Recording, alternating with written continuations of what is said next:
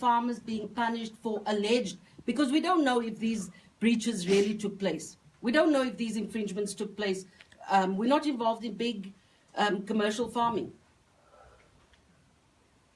They've extended the duration, I've already said this, for a longer period than this international agreement says they should do. Why is it? I don't have the answers, and they haven't given it to me in the memorandum. They haven't given it to you.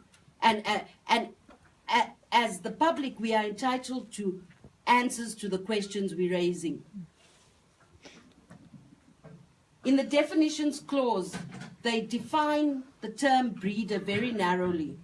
They say it's a person who has that right to breed, or the employer.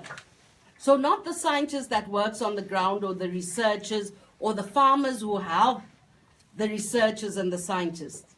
That right sits with the commercial seed company or an individual person who's able to engage in this right.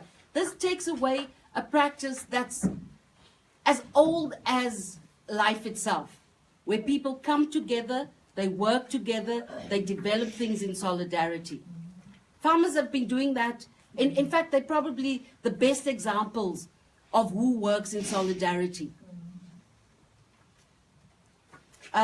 So a group of farmers who are just in an association are not considered breeders for the purposes of this bill.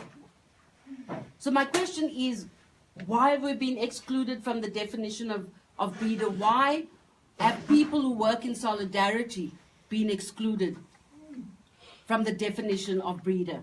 What motivates the exclusion in favor of profit-making, exploitative institutions and companies? Clause 7 says farmers can produce, condition, and stock seeds, but only in terms of authorization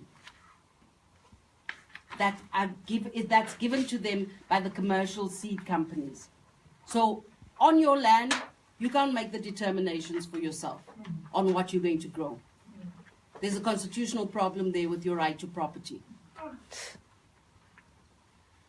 Clause 7, subsection 2, gives the breeder rights over a farmer's harvested materials, the pomegranates, and the products of the harvested materials, the juice.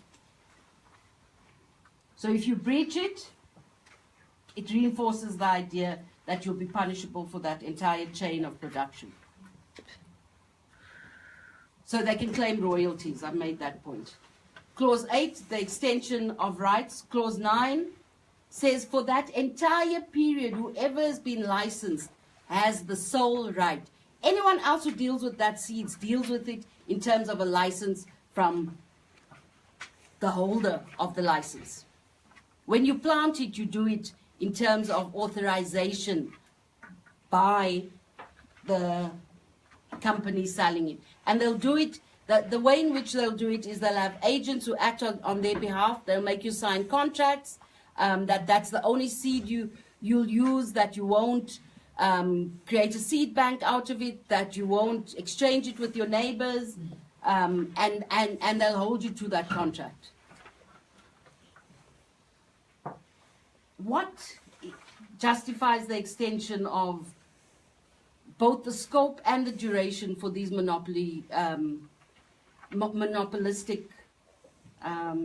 public breeders?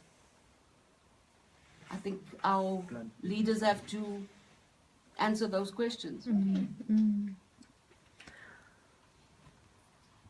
Clause 10, I dealt with in some detail, is a very nice clause to attack, because it gives the minister carte blanche to decide who to include, who to exclude. But one thing the minister is not given power to do is to violate the rights of the license holder, of the breeder.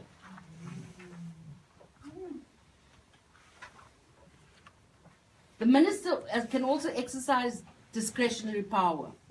That's necessary.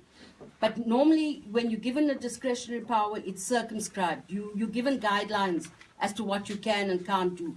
We have no indication in this bill that the minister is going to exercise it in our favor. Some people have a hope. I don't have a hope. Because I've heard the argument, yes, but the minister will exempt small farmers. It only makes sense. That's a hope. It's not clear from what's written. It's not certain from what's written. But what is certain is that whatever the minister does, he has to safeguard the rights of the plant breeders.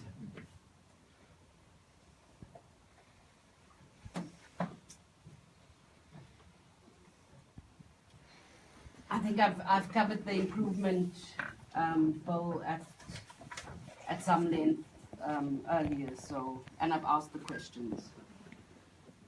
So moving on to the procedural issues. Did anyone actually see the ad, for example, in the province? No? No. Okay. So we don't know in which language it was printed. We don't know if it was printed.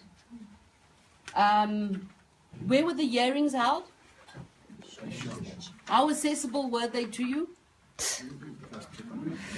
Far away. Exactly. And those are the kinds of things that we have to bring to their attention. That they're passing a law which they haven't ensured public participation in. Have any of you read the law in Xhosa? Because it's not. It's been printed in English.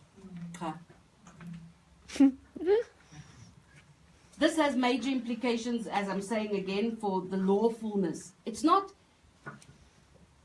Parliament, and by Parliament we're talking about national and provincial, doesn't have a choice in the matter. They have to engage in public participation processes. In a recent court decision, the Constitutional Court struck down the Land Claims Act that had already been passed into an act because the process that government engaged in was not facilitating public participation. They gave short periods of time in which to make submissions. They didn't advertise adequately. They didn't ensure translations happen. And that's the Lamosa judgment, which we can make available to anyone who's interested in reading it. So in conclusion, I'm saying, let the sun rise on our rights. And through united action in opposing these bills, but also, not just in opposing, but in crafting alternatives that work for us, in our interests, we'll go forward. Thank you. Thank you.